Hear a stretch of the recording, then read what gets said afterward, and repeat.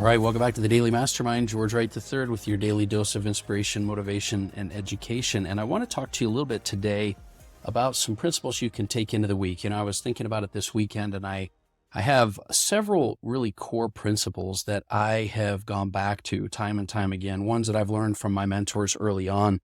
And one of them is from a mentor of mine that had really guided me through a lot of my CEO responsibilities as I grew one of my companies to a couple $100 million a year. And his name's Robert Stuberg. He's no longer with us, but one of the core foundational principles that he taught me was the lifetime success and fulfillment process. So I want to share that with you today. But before I do, if you've had any, value that you've received from the podcast, I would really encourage you to like and subscribe it. Give us a review and share this show. I think that there are a lot of individuals out there, especially CEOs, entrepreneurs, high achievers, that feel like they're kind of going it alone. And the reason I started the Daily Mastermind was really to help those individuals like yourself, like myself, have someone that and some source of information they could use in a mastermind concept on a daily basis so that you can get your mind, body, money, business, and lifestyle where you want it to be. So on Mondays, I like to really talk about foundational prosperity principles. And so we'll cover things like the prosperity pillars, things that I've learned over the last 25, 30 years from some of the greatest thought leaders, experts, success experts out there. I've had a really good career where I've been able to study and learn from some great mentors. One of those was Robert Stuberg. Now, Robert was one of the early executive vice presidents at Nightingale Conant. So that goes back a little bit. But if you've ever known anything about Nightingale Conant, they were one of the pioneers in the personal development space. They pioneered programs for everyone from, Jim Rohn, Tony Robbins, Deepak Chopra, Brian Tracy, and many others. And Robert was one of those that really ran and helped develop a lot of those courses. And over the period of time in his life, he developed this process. It's a 7-step formula for creating your best life. And that's why he called it the lifetime success and fulfillment process. But the process is really, it's there to help you to understand that you've got to go beyond success in order to, past this idea of success and achievement to really truly find happiness and fulfillment. And so early on, when I was building one of my companies, I had Robert as a mentor of mine, and he shared this with me. And I want to just kind of share these 7 steps, this formula that he kind of shared with me. I want to share it with you so that you get a good idea of a way that you could structure your life, not just your business, not just your success, but your overall life. And it's called the lifetime success and fulfillment process because it's really an ongoing formula, something that you will continue to use throughout your life. And it starts with probably, and I'm going to share these thoughts directly from what he shared with me, but it starts with probably the most significant and powerful idea in the world, and that's the idea of the secret. Now, many of you have heard of The Secret, the law of attraction, things like that. I think it's ironic that Robert published an audio on The Secret, long before the actual movie came out with all of those guru speakers and things. But it doesn't matter because really the point is this. The secret is really a very, very simple concept, which is that your thoughts create your life. Your thoughts create your life. And what you have to realize is that the very first important step, the first thing you need to do is recognize that the secret to life is that your thoughts create your life. We all have 50,000, 60,000, they say, thoughts a day. The problem is most of us have the same thoughts. And so we have to really deconstruct what it is that's really driving our thoughts. And now keep in mind that there are 3 different things I think, and that Robert has talked about, drive your thoughts. One is your DNA, one is your environment, and the other is really the essence of the person that you are, your philosophy. And so understanding that your thoughts create your life leads you to the second step in the lifetime process, and that is the question. So you go from the secret, which is that your thoughts create your life, to the question. What are the questions that are shaping your life? Now, why do we go there? Because most thoughts are preceded by a question. What controls our thoughts are actions and ideas, questions that we ask ourselves. So when you have a thought, a lot of times it comes from a question you're asking yourself, like, what do they think of me? What do I want to do? How do I want to do this? What do I need to do in my, these thoughts and these questions. And so there's a really important part of this. And what I want you to really think about is, what are the questions you ask yourself? And most of us will have what Robert used to call a dominant question or a core question in our life. Tony Robbins talks about that a little bit as well. And what is your primary question you ask yourself? Is it something like, what do they think of me? How do I protect myself? What can I do to make my life better? What is life all about? And so these questions that we ask ourselves, there's something that you have to understand, because a lot of those questions we ask ourselves have presuppositions, meaning we already assume something, which is why we ask the question. Like, what are they thinking about me? Maybe your presupposition to that is that people are judging you. And maybe if you're asking yourself, what can I do to make my life better? Your presupposition is that you are not happy with where you're at. But the reason I bring this up is because most progress begins with asking a better question. And so if you want to create thoughts that create your life, your thoughts are created by your questions you ask yourself. Really start to dig into what questions you're asking. I find it really helpful in my life to ask a better question. When you're dealing with trouble, when you're dealing with struggles, when you're dealing with circumstances, ask a better question. Find out, get inquisitive. So the first step in the lifetime success process is understanding your thoughts create your life. The second step is that your questions will determine your thoughts. And so what are the questions that are shaping your life? The third step is really your emotions. Your emotions, the emotions in your life, are the ultimate condition that you're seeking. Because most of us think we're looking in our life for things, better income, better lifestyle, better relationships, but really most people don't know what they want in life. And as a result, you can't get enough of what you don't want, right? But most of us are looking for the emotions, the values, the things that we seek that those things give us. And so it's super important not to get just caught up in the trap of achieving, but really be proactive and understand what are the emotions and the values that you want to create in your life. What is it that's important to you? Because once you understand the emotions that you want to create in your life, you're able to back into what types of things will create that for you. For example, early on in my career, I was really chasing success, thinking that success would give me the lifestyle. And, you hear the saying, work today like most won't, so you can live tomorrow like most can't, right?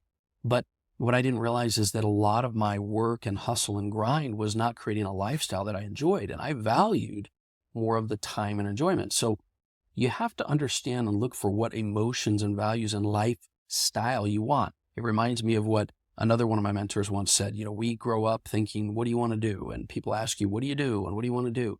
Rather than saying, what do you want your life to be like? This goes back to what I said a minute ago with questions. A better question than what do you want in life is, what do you want your life to be like? So the emotions, understand, are the ultimate conditions that you're seeking. So you start with your thoughts create your life, and then you go into the questions that create your thoughts, and then the emotions you want to achieve. And the fourth step in this lifetime success process is the essential talent or ability, the talent that you have. See, life reaches a plateau for most people because they never really discover their unique talent. It's the most valuable thing that they can offer the world, and we all have a unique talent. Your unique talent is something that you're excellent at and you're passionate about. So most people, for example, stay in an area of competency. And that means it's something that they're okay at, they're good at. Maybe you're doing things and dedicating your life to things that you're excellent at, which would mean you're really starting to excel. Maybe you're getting some success, you're having some success in business and life and relationships. But ultimately, where you're going to find the most fulfillment, remember, we're talking success and fulfillment, is to identify the area of your life that represents your unique talent. Your unique talent is something that you're excellent at, but you're also passionate about. It's something that you can kind of get lost up in time doing. It's something you can never get enough of. It's something that it comes natural to you. It's communication. It's deal with people. Maybe it's, but as you grow and develop, your goal should be to identify and figure out what your unique talent is. Maybe it's strategy. Maybe it's team. Maybe it's communication. But when you identify your unique talent, that's where you will find major success. I've had many examples of this in my life. I've had people that have been super talented that have worked for me, that are excellent at what they do, but they're just not passionate about it. And as a result, they don't long-term create the success that they're looking for or anything else. But the ultimate goal here with the talent is that when you can discover your unique talent and you can build your life and your business and everything around that in the service of others, then you will really truly find fulfillment, but also massive success. So you've learned the secret, question the emotions, the talent, and that leads us to step 5, which is the goal. The goal, and when I'm not talking about goal setting in general, I'm talking about the goal that will give you meaning and satisfaction. See, setting and pursuing the wrong goals in life is worse than having no goals at all. This is probably why so many people become delusional with the idea of setting goals in the first place. Don't spend your life chasing the wrong goals.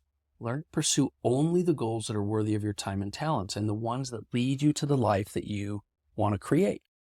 So setting goals for goal setting purposes is not the key. The key is to set the goal. A goal that aligns with your talent, the emotions you're trying to create, and the thoughts that will align to help you to do that. And so I encourage you to really identify what life goals you really want to accomplish. And then what it does is it leads you to step 6, which is the formula. Now the formula, it's going to come off as very simple, but it's very powerful. So I want you to really, step back and think about this for a minute. Once you know who you are and what you want, and achieving your goal involves, the day-to-day tasks and things like that, I want you to really think about this simple formula that Robert gave me. And this is step 6 in the lifetime success process. The formula is basically clarity. So the formula consists of 5 parts, right? And it's kind of the steps on how to really create a formula for success. The first is clarity. You've got to determine what it is that you want very clearly. Most people start down a path and they don't really know exactly what they want. And remember, this could be the life you want, the values, the study, whatever it is. Then you've got to align that with purpose. This is another step a lot of people really lose track of. If you want to create a formula for success, you've got to have clarity, but then you've got to align it around purpose. Discover what it is that you actually want and the why that you want it. Because when your motivation gives up, your purpose and your why is what's going to help drive that. So you go from clarity to purpose to strategy. Strategy is going to be the plan. That's going to be the one that's going to be day-to-day tasks. And once you have strategy put in place, you've got to decide what the priority is. So a lot of us have this strategy that's pretty overwhelming, but we don't identify the one thing, the top priorities that need to be done. And then we get caught up in busy work, not the productive work. We get caught up in the, activity versus the productivity. Does that make sense? And then the final step is action. Got to have clarity with purpose and a strategy, prioritize, then take massive action. Because if you're not taking action every single day, you're not going to make progress. Now, like I said, I know that sounds simple, but when you can apply this formula of clarity, purpose, strategy, priority, and action, there's nothing that you can't accomplish. And sometimes it's the simplicity that keeps people from moving forward. Okay, so where does that put us here on this lifetime success process? You've learned the secret is the thoughts control your life and the questions that drive your thoughts, and you've identified emotions you're seeking in life, and you've aligned it around your unique talent so that then you can set goals that are meaningful and follow this success formula we talked about in step 6. And the final step, step 7, is the path. And the path is the journey of your life, and that is growth and abundance. See, the only life worth living, from what Robert used to tell me, is a life of ongoing growth and abundance. Your ability to stay enthusiastic, motivated, and happy is going to determine ultimately your success or failure in life, because success and failure is truly just a mindset. So the final step is all about resisting that status quo and constantly seeking learning, change, whatever fascinates you, right? The path needs to be what fascinates you in life. So that's a kind of a simple 7-step formula that I believe will guide you throughout your life. And it's kind of an overall success principle that I learned that I go back to. And I hope it's something that brings you a little bit clarity, a little bit of perspective, and you can use it throughout your life and determine, are you on this right path towards success and fulfillment, or are you just on a path of achievement? And so I hope that's something that'll help you. I look forward to talking with you. I really would love for you to give me some feedback. Hit me up on the Daily Mastermind on Facebook or Instagram. Feel free to send me a message. I always put my contact info in the show notes if you want to hit me up there. And then if you get the opportunity, we are in the middle of a live launch for our Mastermind Academy. The Mastermind, actually, if you go, you could download the mobile app for free. It's Evolution X Mastermind on Android or Google Marketplace. It's the Evolution X Mastermind mobile app. It's got a picture of a phoenix. You can't miss it. Download that for free and join us on our journey of our mastermind group. I'd love to hear from you and love to see what I can do to help you. Once again, my name is George Wright III. This has been the Daily Mastermind. Have an amazing day.